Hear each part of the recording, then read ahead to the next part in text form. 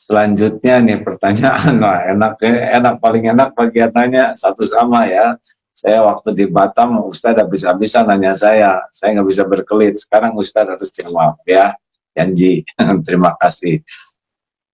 Lalu Ustadz, nih, ini kan antara keyakinan, ada Jabariyah, ada Qadariyah, ada Ahlus Sunnah wal Jamaah.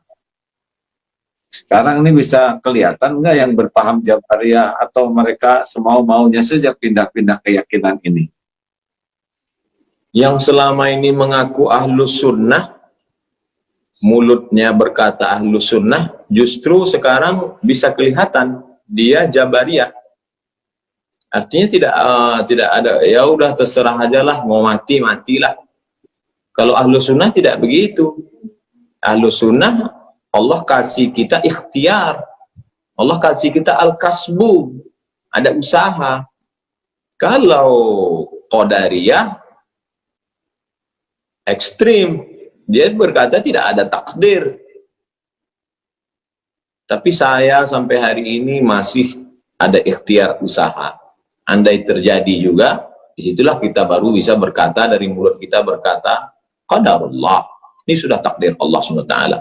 Tapi bahwa hari ini kita mendengar Majelis Ulama mengajarkan kita, Kementerian Agama untuk menggulung karpet, kemudian Majelis Ulama mengajak menutup, bahkan tadi saya baca berita Sekjen MUI mengajak pemerintah untuk lockdown. Itu salah satu dari usaha, salah satu dari ikhtiar, salah satu dari al-kasbu, menunjukkan kita Ahlus Sunnah wal Jamaah, kita berpegang pada sunnah, kita bukan kelompok Ahlul Bid'ah.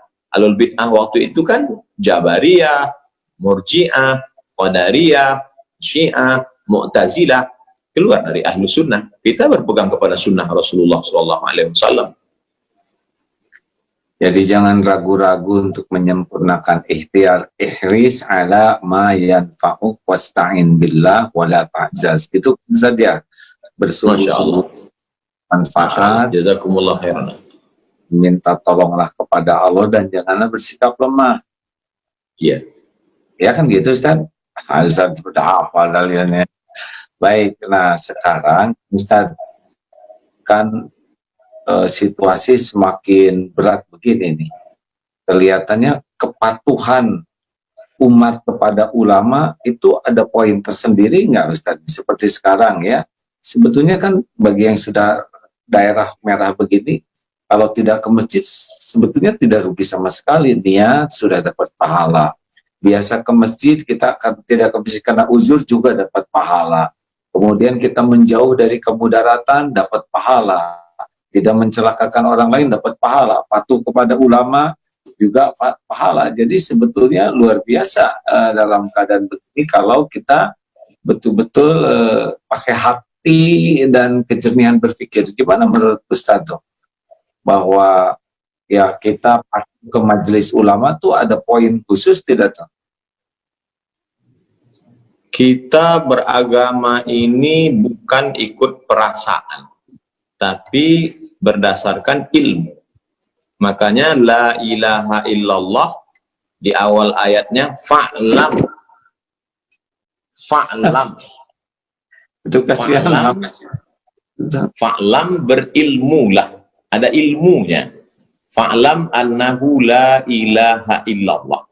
Berilmu tentang la ilaha illallah. Makanya tadi saya tunjukkan kitab 50 sifat. Jadi Imam Al-Qusairi melarang orang uzlah kalau tidak punya dua ilmu. Ilmu akidah, ilmu fikih. Kalau hanya modal nekat uzlah, nanti di tempat uzlahnya dia tidak selamat dari godaan setan. Bisa-bisa keluar bukan menjadi orang bersih hati, malah jadi dukun. Jadi kalau nggak punya akidah yang benar, tidak punya fikih yang benar, uzlah hasilnya jadi dukun ya. Nah sekarang ini banyak orang modal perasaan. Perasaan saya nggak enak karena meninggalkan masjid. Perasaan saya nggak enak karena nggak sholat Jumat. Loh, kalau cuman modal perasaan, itu orang yang biasa wudhu pakai air, disuruh tayamum, itu perasaannya sholatnya nggak sah. Orang yang terus sholat 4 rakaat zuhur, pertama kali kosor, itu banyak kita alami ketika bawa jamaah umroh. Wah, nggak enak kosor ini, rasa nggak sholat. Ini pakai perasaan. Iya. Jadi harus pakai ilmu, bukan pakai perasaan ya. Baik, Ustaz. Jangan marah sama saya, Ustaz. Ya. Kami memang gaya bicaranya begitu di Sumatera, karena banyak gunung, angin kencang. Baik, alhamdulillah. Nah, saudara-saudaraku sekalian, para pendengar ini senang sekali ini ya dengan Ustaz Abdul Somad, bisa dapat banyak ilmu. Nah, Ustaz, kemudian dalam situasi yang berat seperti ini, kemudian ya seperti yang tadi dikatakan, kepatuhan kepada ulama itu di dalam Islam seperti apa nih? Kalau ulama sudah mengeluarkan fatwa, sampai sejauh mana kepatuhan itu punya nilai dan tidak patuh itu merupakan keburukan? Ati Allah, ta'ala kepada Allah, wa ati'ur Rasul, ta'ala kepada Rasulullah SAW, wa ulil amri. Dalam tafsir ulil amri itu, di antara ulil amri adalah ulama. Lalu kemudian, dalil yang kedua, Nabi SAW tidak meninggalkan dinar dan dirham. Nabi tidak meninggalkan istana kursi emas. Yang ditinggalkan Nabi adalah al-ulama warasatul anbiya. Ulama pewaris para nabi.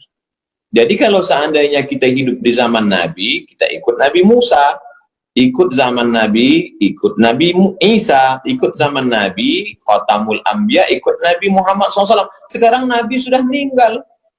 Yang kita ikut siapa? Pewaris para nabi. Siapa? Ulama. Jadi dua saja. Kita ulama berijtihad atau kita orang awam ngikut ulama. Saya bukan ulama, saya orang awam. Saya cuma suka baca buku-buku ulama dan mendekatkan diri pada ulama, maka saya ikuti fatwa ulama, fatwa tuan-tuan guru, fatwa Majelis Ulama Indonesia, karena saya merasa diri saya bukan ulama. Jadi kalau ada di antara masyarakat mengatakan, ini nggak benar nih MUI, berarti dia ulama di atas MUI.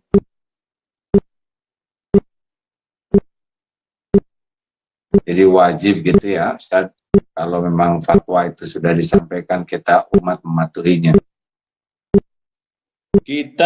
Saya mau ke Bandung ketemu Kiai Haji Abdullah Gimnastiar, maka saya percayakan hidup mati keselamatan saya pada pilot pesawat.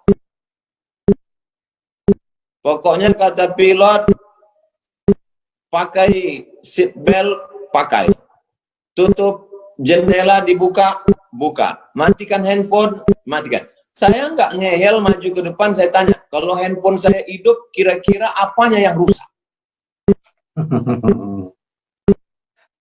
Kenapa ketika dengan pilot kita hormat, nggak ngeyel, tapi kenapa dengan ulama kita melawan? Baik. Luar biasa. Alhamdulillah.